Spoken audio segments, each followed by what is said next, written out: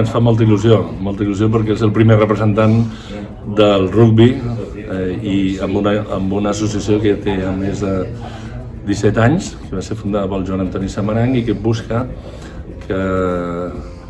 la unió de tots els clubs de diferents esports per millorar i sobretot per fomentar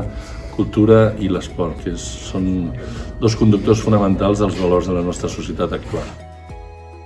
Doncs per nosaltres és una gran bona notícia perquè demostra que un cop més la Unió Esportiva Santboiana està a l'alçada de participar en el marc de les institucions més importants del país, en una institució doncs, que el que fa és vincular l'esport amb la cultura, amb aquests dos elements transversals que el que fan és millorar la vida, en aquest cas, dels ciutadans i ciutadanes i en aquest cas també de Sant Boi. Per tant, per nosaltres doncs, volem felicitar d'una forma molt explícita la Unió Esportiva Santboiana per haver pogut aconseguir formar part d'aquesta gran fundació i, òbviament, doncs, a la Fundació Esport i Cultura que comptin amb nosaltres, amb la Unió Esportiva Santboiana i amb Sant Boi